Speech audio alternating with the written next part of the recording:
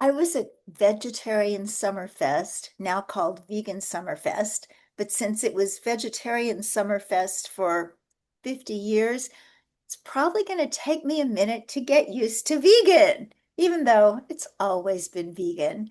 And I just wanted to let you know what a wonderful feeling it was to be around so many people who thought similarly. You feel that sometimes, don't you? You're out with some friends or you're on a Zoom call where you don't have to expect people to know how you feel about animals, how you feel about what you're ordering from the menu. It's a nice, nice feeling. One of the things that I did at Vegan Summerfest was a talk called Attraction Activism.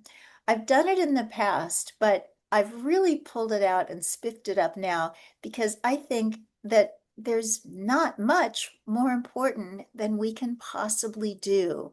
You know, when you meet somebody who's fascinating, somebody who's kind, somebody who's interested in you, you're going to like them and you're going to be interested in whatever they might be into, like veganism, maybe. So today I'm going to be speaking with one of these attraction activists, somebody whose life is so full of fascinating things, you just want to talk to him for a really long time. Well, we're going to be talking to him today. Hi, everybody. I am Victoria Moran, your host for the Main Street Vegan podcast, going out over the cyber airwaves since 2012. And it's a pleasure, as always, to have you with us. Now, I'll bet you're wondering who this incredible Renaissance person is that we're going to be talking with today. Well, wait no longer because it is Glen Merzer. Now, you may have heard of Glen Merzer because he's done all sorts of things. He's written books. He's actually the co-author with Dr. Michael Clapper of Moving Medicine Forward. We had Dr. Clapper on with that book not long ago. And Glen has also written the highly acclaimed book about climate change called Food is Climate. And years ago, he wrote something about Howard Lyman, the cattle rancher turned vegan. So he has been around and about doing so much, but guess what he's done now? He's done what might be seen as the impossible. He has made a feature film on his own and he directed it. So, cool guy, huh? You'd want to meet him even if you weren't vegan, right? Thought so. Glenn, welcome to the program. Thank you, Victoria, for that sweet introduction. Well, you are a sweet person and you have been around doing amazing things for this movement for a very long time. And in watching your new movie, Buddhist Blues, which I've actually watched twice, I'm probably not the only person that's done that.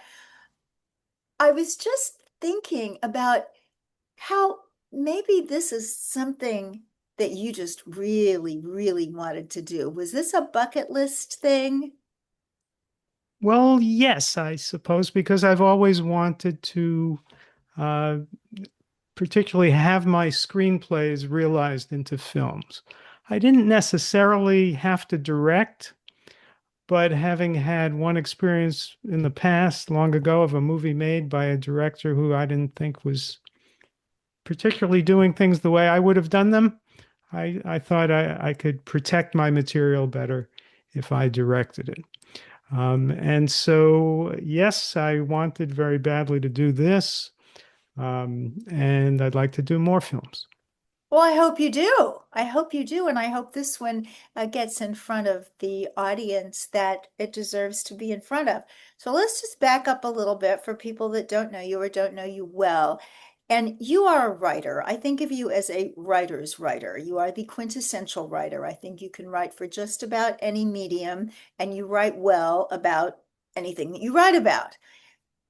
But a feature film, that's a big deal. That takes other people. That takes financing. That takes somebody that knows how to do the camera work and all the rest. So tell us where you started and how you ended up at the moment at this film, and I know you haven't ended up because you're going to do amazing things going forward, but get us from the start to now. Okay, well, I began as a playwright. That was my first career. And what I write best is dialogue. So I had um, had a story in my mind for 20 years about my visits to my cousin when I was in my 20s and 30s. I would go to New York and I would always visit my cousin. And I thought this could be a play sometime, visits with my cousin. But then I thought, how do I make it work over 20 years? Am I going to age the actors during intermission? How am I going to make, and where exactly is the story? And so I thought about writing that play for about 20 years, and I never wrote it. And one day I thought, no, the play doesn't take place over 20 years. The play takes place over 90 minutes real time. And we get to see what happens to all the characters as it happens. And so in the movie takes place in real time. There are no breaks from one scene to another. It's all one continuous scene. And so when I got that idea, I wrote the play in a week. And then when I got an opportunity to shoot a movie in St. Louis, I turned the play into a screenplay, which wasn't a great adaptation. You know, it didn't involve a lot of work to do that adaptation because it's pretty close to being a filmed play. Um, and um, and then I did it. Yes, you did. And it's beautiful. One of Thank the you. things about it's quite engaging, but in addition to that, it's really beautiful. And you always think that aesthetic beauty takes some kind of giant budget, but not necessarily. I had a very small budget, and I had a wonderful cinematographer. So Yes. that was the secret there. And the cinematographer brought the crew. I didn't know any crew in St. Louis. So the cinematographer, Hezekiah Condren, knew all the crew to bring. And the look of the movie is attributable to two people, to Hezekiah Condren, the cinematographer, and to my wife, Joanna Samore of Merzer, because she did the paintings that you could see in the background, and she was the Oh. production designer for all the props that you see around the house. Oh, that's so exciting. I Yeah. feel like I'm talking to Steven Spielberg when he was starting out and would talk about his wife. But I do have a funny little story. I know I have a friend here in New York City who is a Jesuit brother. And I didn't know that you could be a Jesuit brother and decide what your work in the world was to be. And his is to be in entertainment. So he's a monk, but he makes movies and does other things. So he has a film coming out. It just finished it, just wrapped it up. But when he was looking for a cast, someone applied whose last name was Spielberg, who Huh. turns out to be Spielberg's daughter-in-law. Yeah. I mean, maybe you have to be really close to God for something like that to happen, but I have a feeling that every creative project has its little miracles. Tell us a story from the production process. Story from the production process. Well, honestly, the production process did not always go smoothly. So Not surprised. there were some hiccups on the set. And what I had to tell myself every time there was a hiccup was keep my my producer in mind, my executive producer who funded the film. I could not allow any tensions on the set to derail the project so that it wouldn't get completed. So if that meant I had to swallow my pride or somebody else had to change their way of behaving or something, we just had to get the movie completed. We had 10 days. And so I wish I could say it was a joyous 10 days and everything went well. That's not true. But so we had some. We had some tensions that we had to overcome, but we got it done. That's so cool. So there's a little bit of a vegan message in here. I think a lot of people watching it would be like, oh, well, I saw that and then I didn't. So tell us about this subtle messaging in your film and also about the power of subtle messaging overall. Yes, I call it soft vegan messaging because, this is not, I can't market this as a vegan film like Forks Over Knives. It's not a documentary. It's not all about veganism. It's not going to, unfortunately, turn the world vegan. But it has the message vegans are people too. So this is a movie about about two cousins and the relationship also between one of the cousins and his girlfriend. Set in St. Louis in 1993. And the cousin and his girlfriend are, well, he's a vegan and his girlfriend is vegetarian.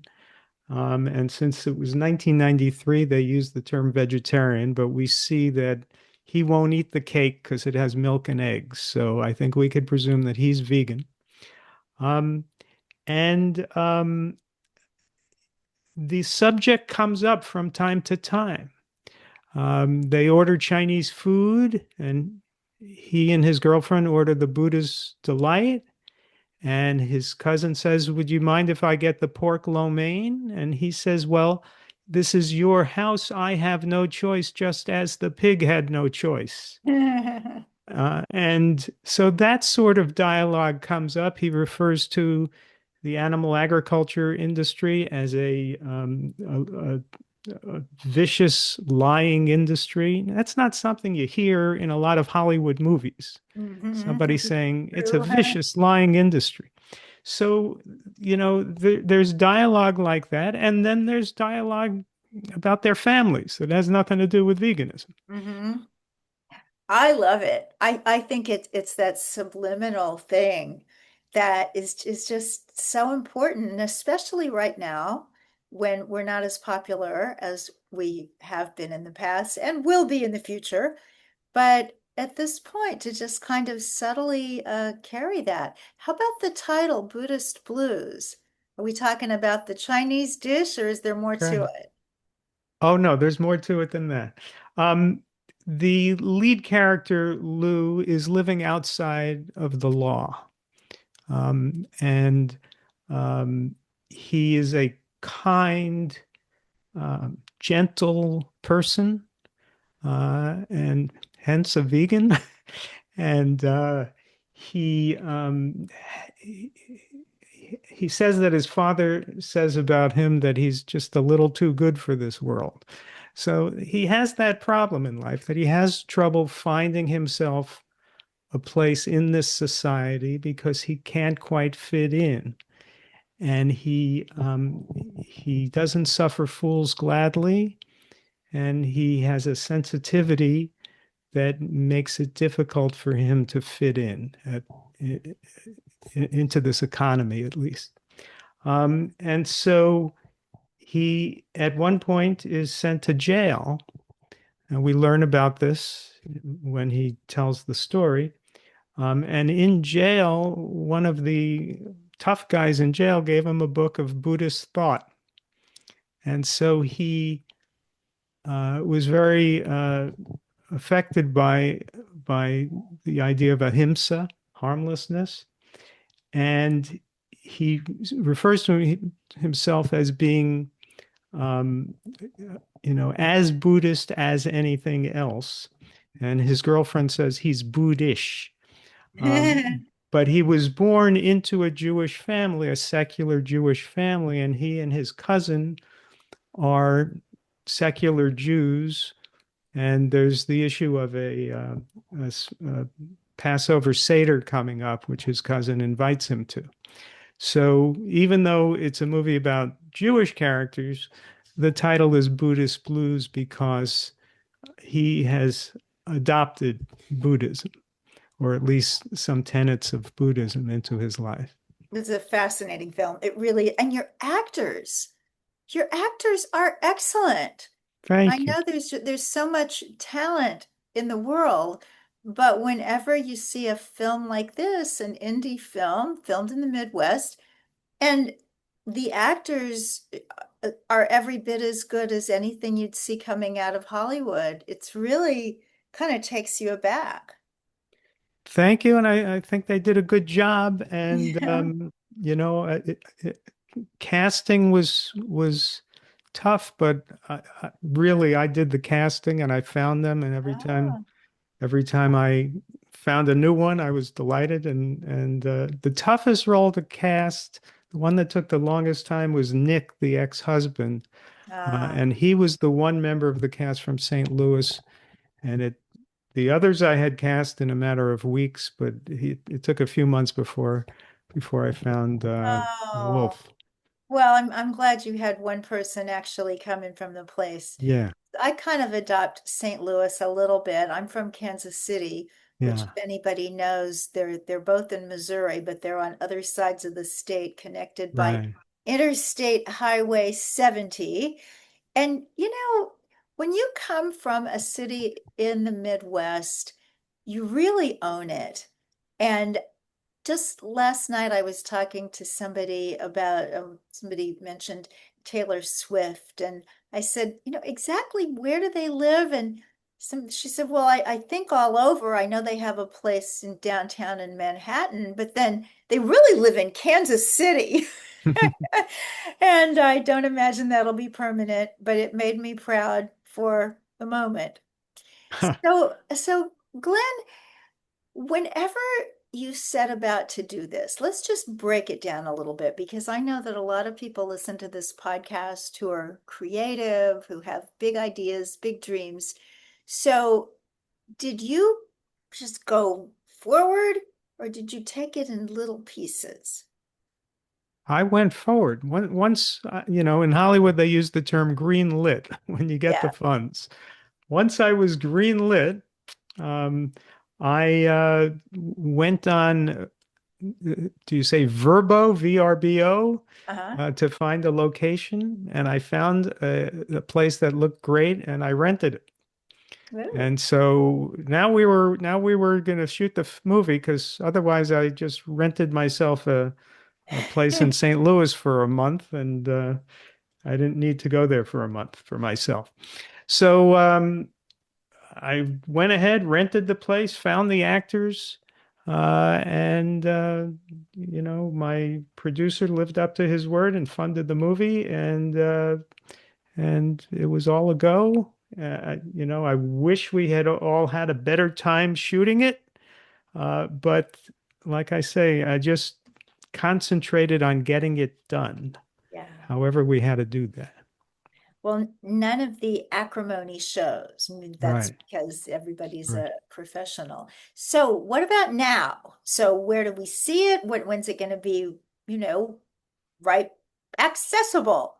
Well, it is accessible right now Yay. from one and only one location, which is its website, BuddhistBlues.com. Okay. So people could rent it for $3.95 Okay. from the website. And we also have the facility to gift the movie.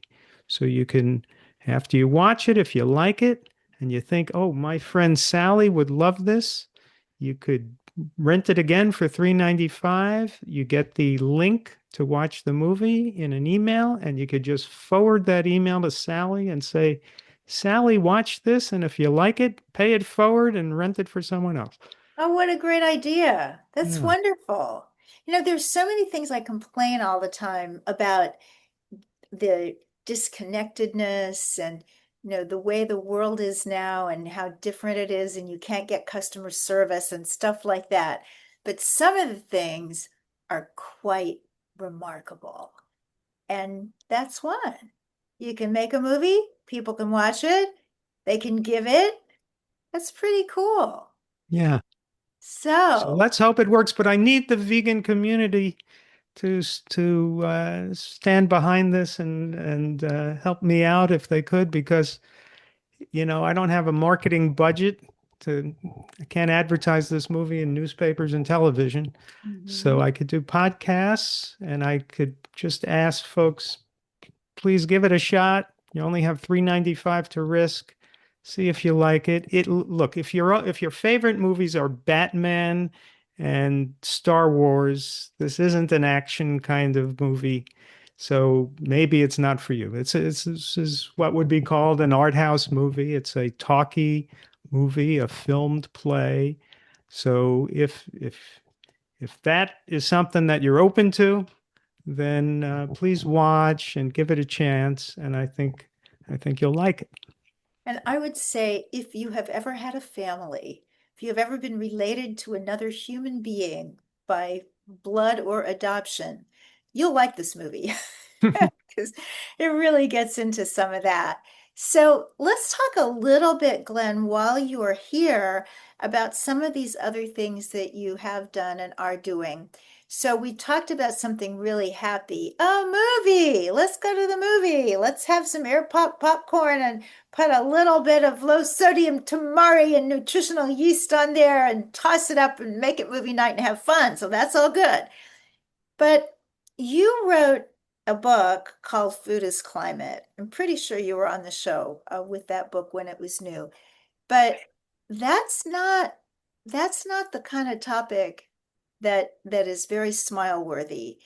So so talk to us without bringing us too far down about what may still be possible for turning this around or stopping it before it's as bad as it could get. It's a sad time because we have these fires going on in Canada, and I'm very much afraid that this is becoming a permanent feature of summer. In the past, we would think, where's a good place to go for a vacation in the summer? Or if you could afford it to have a summer home. And you think, well, someplace in the north, someplace in Michigan, maybe a condo in Duluth, or maybe in Canada. Maybe you visit Canada and have a place by a lake outside Toronto. And I was looking at the air quality. A few days ago, Duluth was over 500 or something. And, they're in a blanket of smoke. And if this happens every summer, then are we willing to say goodbye to the idea that, the North is a good place to be in the summer? And of course, in the warm climates, in places like Greece and on the West Coast, um, there's terrible fire risks too. So fire, of all the threats from climate change, there's fire, there's flood, there's heat domes, there's sea level rising. The one that scares me the most is fire. It's just devastating what happened to Pacific Palisades, what happened in Hawaii, what happens in Greece and France now, and all over the world. And it's very hard for people to see these fires and say, oh, this is because of hamburger. That's a really hard connection to make. But we are grazing 40% of the non-ice land surface of the Earth. And so imagine if instead of grazing that land, we rewilded it, and the trees and the forests and the vegetation came back and sequestered so much carbon dioxide that we would end the climate emergency. Mm. And it is aggravating to me that people like Al Gore, who lead the climate movement, speak about nothing but the burning of fossil fuels. Yes, the burning of fossil fuels is certainly making a contribution to the climate crisis, but I think that contribution is fairly minimal compared to the contribution made by animal agriculture. And actually, the burning of fossil fuels puts sulfur particles in the atmosphere that cool the climate. I'm not saying that's a good thing, but I'm just saying if we immediately stopped burning fossil fuels tomorrow, the planet wouldn't actually get um, cooler. It would get hotter first because we would lose those cooling particles.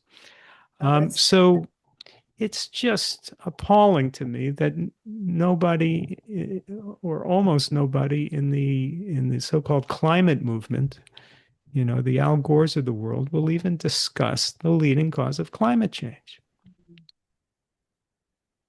that is astounding.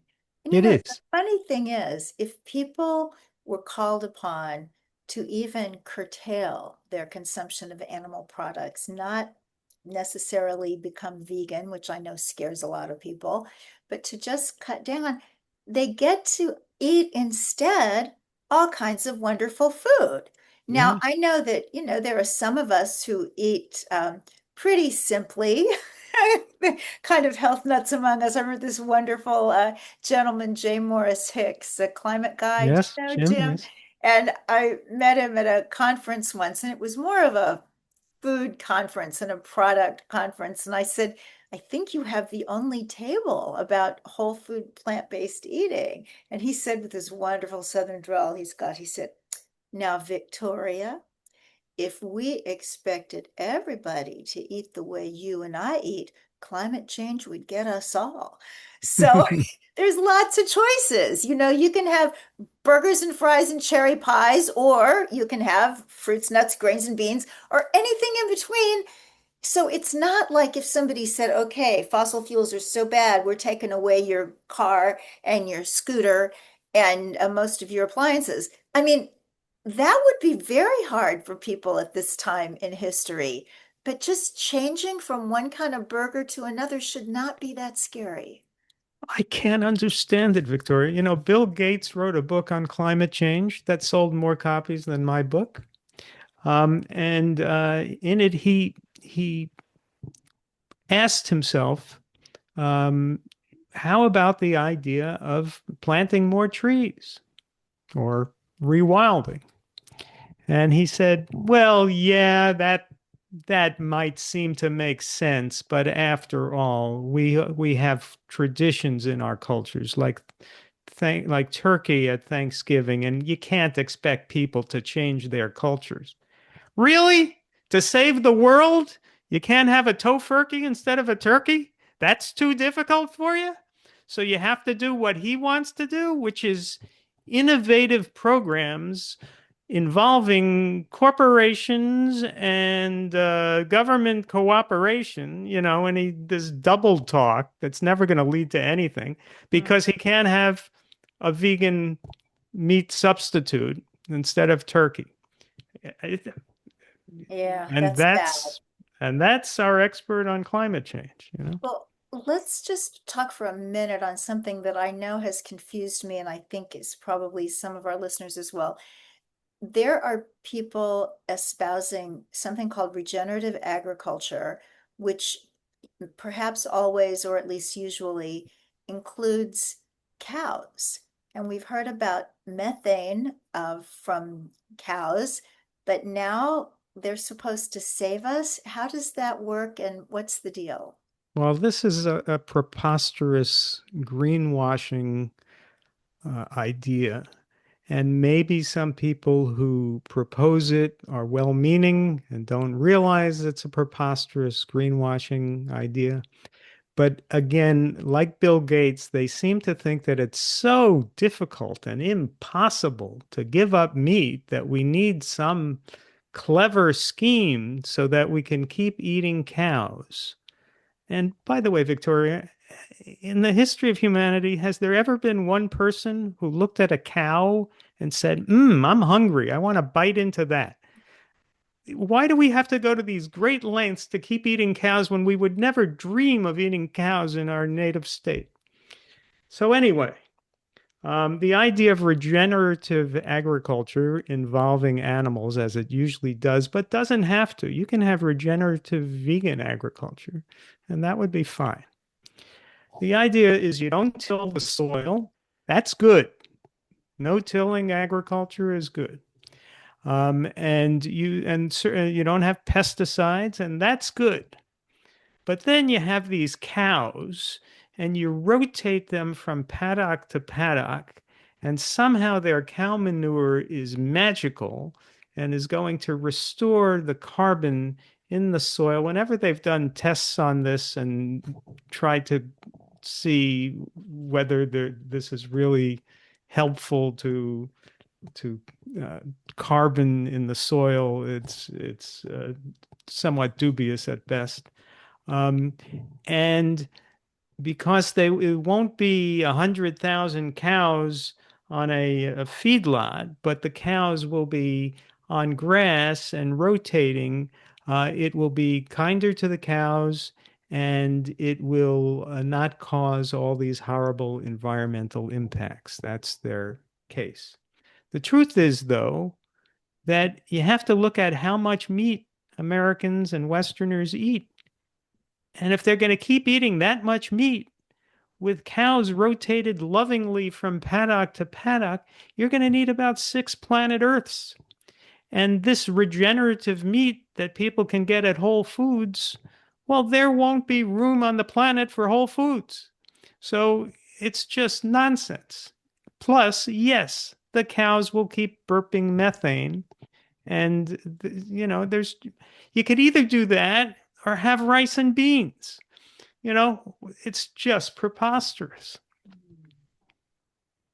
Well, I highly recommend your book. I know it's had such wonderful reviews. And, so often a book comes out, people talk about it for a couple of months and then it kind of fades away. Yours is not faded away. Whenever there's a discussion of climate change, I hear somebody talking about your book. That's a big deal. So let's talk now about something that is proceeding in a positive direction, and that is what's happening with young doctors, at least those who get to hear Dr. Michael Clapper. So tell us a little bit about this process of writing a book with a science person. Very often a literary person writes a book with a science person. So tell us a little bit about that process. And then what you learned or what you think we should know. Well, of course, you know Dr. Michael Clapper, and he's a very kind, sweet, gentle fellow. And he knows his science better than I know science. So it was a good collaboration, and it took us about a year to write Moving Medicine Forward. I'm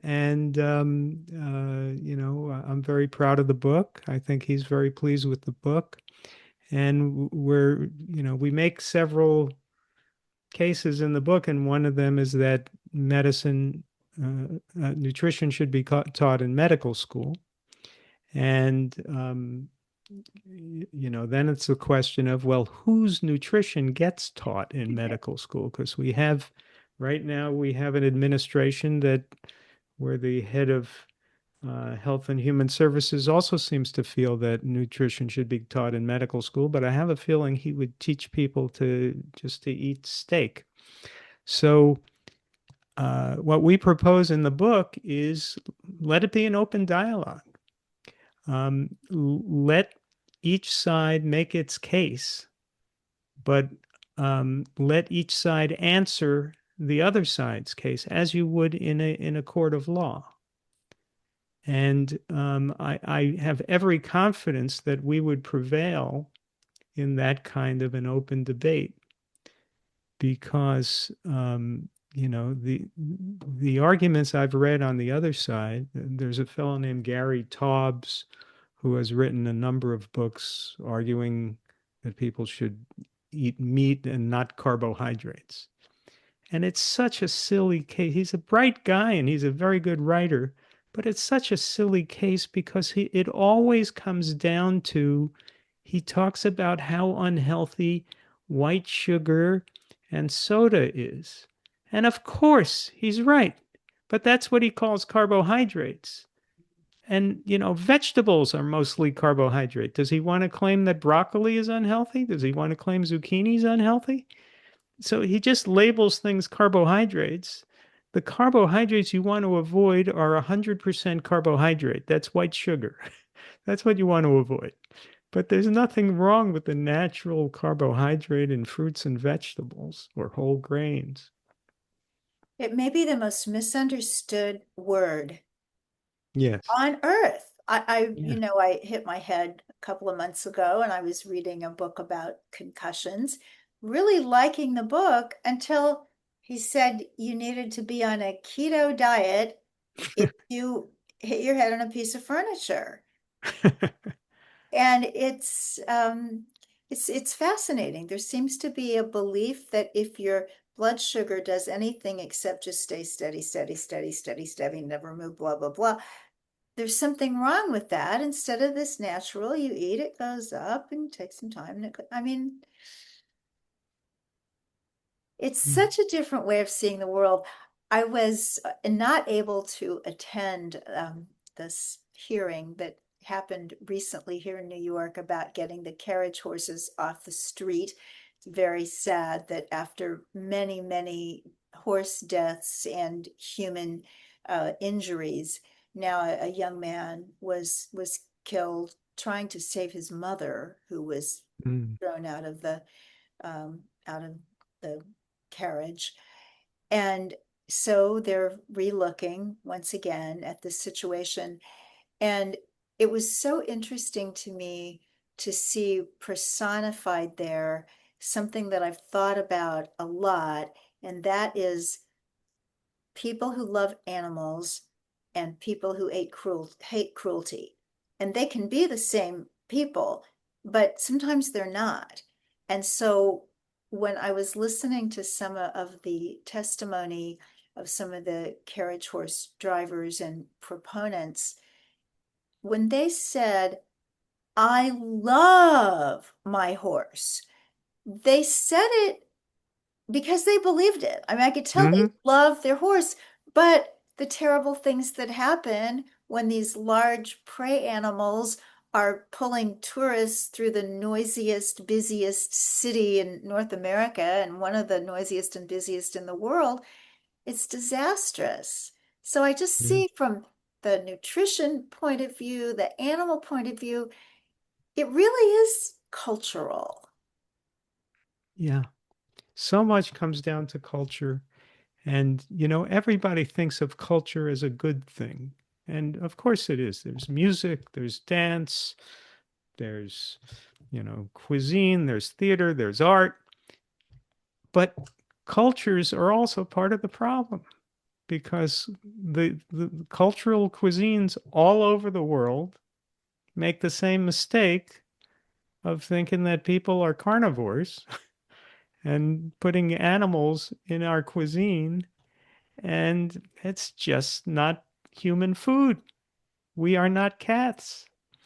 And, you know, people find it delicious, I guess, because, we developed a taste for fat. Fat has a lot of calories, and animals are fatty uh, often when we eat them. And I guess that's what people find delicious. But, if anybody ate a burger without the ketchup and the onion and the lettuce and the different toppings, they wouldn't be able to get it down. It tastes so terrible. So it's really the spices are all plant foods, so it's really plant foods that are delicious. And I know you and I often probably feel the same way when we hear people think that their meat eating diet is so delicious and they couldn't go vegan because just wouldn't taste as good. We know that food tastes better our way. And it's hard to explain that to people, but it really does. And you get the taste of health, which is a hard thing to explain to people. But when you know that you're eating something that's nutritious, that's good for you, there's a kind of taste of health that comes with it. I Makes you love feel that good. phrase. Taste of health. Yeah. And a taste of freedom. Yeah. The idea that somebody didn't die.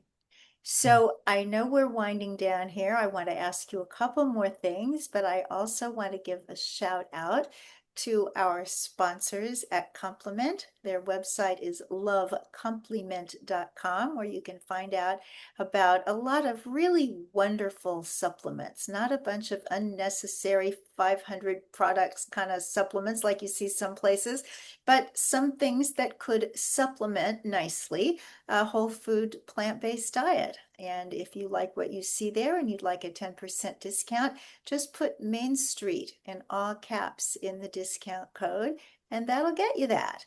And also, I invite you to take a look at mainstreetvegan.com, where we will have the show notes about this episode, and you will get all of the URLs for Glenn and for the movie. So BuddhistBlues.com, we already mentioned that one's easy, and that's where you go to see Buddhist Blues. But Glenn also has a podcast, The Glen Merzer Show, and all kinds of other stuff going on. So that will be there. And in addition, when you go to mainstreetvegan.com, you can read about Main Street Vegan Academy, the premier training program for vegan lifestyle coaches, educators, and entrepreneurs since 2012. We will be doing our 39th cohort starting in October. So there's still time. And because you listen to the Main Street Vegan podcast, I got a discount code for you. Veg Coach, all lowercase, 250. That will get you $250 off tuition. So have a look, and if you have questions, you just write to me, Victoria at mainstreetvegan.com, and I'd be happy to speak with you, answer your questions, and let you know what it's all about. So, Glenn, we talked about your podcast, so now tell us about it. What's it like? What sets it apart? Who do you like to talk to, and what do you like to talk about? Well, I'd love to talk to you if you'd love Oh, like to goody. come on my I podcast one day. like that. Usually it's a vegan themed podcast. I have on a couple of occasions interviewed people who weren't vegans, but usually most of the people I interview are in the movement, whether it's chefs or authors or doctors or nutritionists. And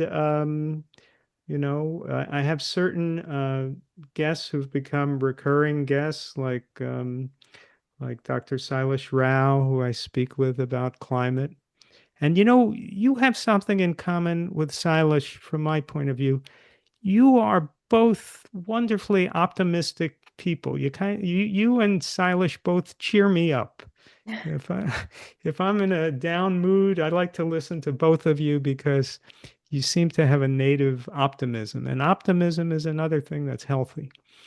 Um, and so I've had many different guests. My friend Jeff Palmer, who is a brilliant, brilliant um, expert on nutrition, and he is not a nutritionist. He doesn't have any degrees, but he, in my opinion, seems to know more about nutrition than virtually all nutritionists out there. And he's a bodybuilding champion, a vegan bodybuilding champion. A sweet, sweet guy. So I enjoy doing the podcast. I initially was going to call it the Own Your Health podcast, which is the name of one of my books, Own Your Health. And then there was already a podcast called Own Your Health. So I decided, well, there's not a podcast called The Glen Merzer Show, so I'll go with that. That's great. So everybody find that, check it out, watch it, and yeah, I And hope you do it. subscribe. And subscribe. That's all good, all good. So as we go on, as people, I always think about when I do this, you probably do too as a podcaster, what's the person doing who's listening? You know, who's on a bike, who's on a treadmill, who's cooking dinner. So whatever you're doing out there, thank you for doing it with us. So Glenn, looking out on the world as it is and looking on little miracles that happen, like you made a movie, Buddhist Blues. Mhm. That's amazing. Give us your thoughts to end with. You almost stumped me on that one. I'm taking a moment here. But Moment is yours. yeah, I think we all just have to do what we can. This is as fraught a moment in our nation's history as I can remember. Mhm. Um, and I grew up in the anti-war movement during Vietnam, and those felt like charged times.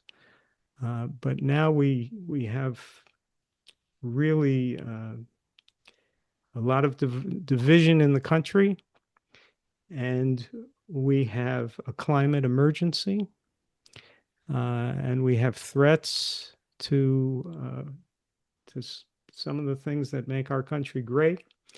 So I think everyone just has to do what they can. And for me, making this movie, Buddhist Blues, was, my small contribution to trying to do what I can to, um, A, to entertain, and B, to have a little bit of a message in there. And, uh, I appreciate when everybody else does what they can.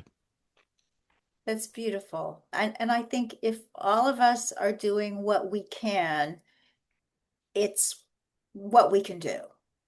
I Yeah. don't know that it's going to turn everything around.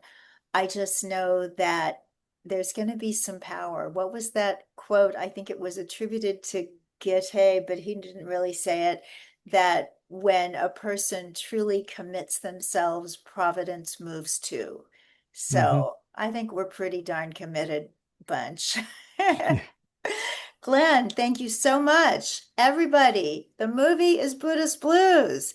And thank you for watching this podcast. Maybe you're watching on Apple or Spotify or one of the audio platforms that we've been on for these 14 years, but we are now also on YouTube. So if you want to see the guest and see what we're up to here, you can also watch the Main Street Vegan podcast on my YouTube channel, which is Victoria Moran Official. We got to be official, right?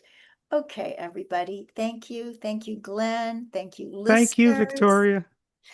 So let's just go out there and make Main Street vegan.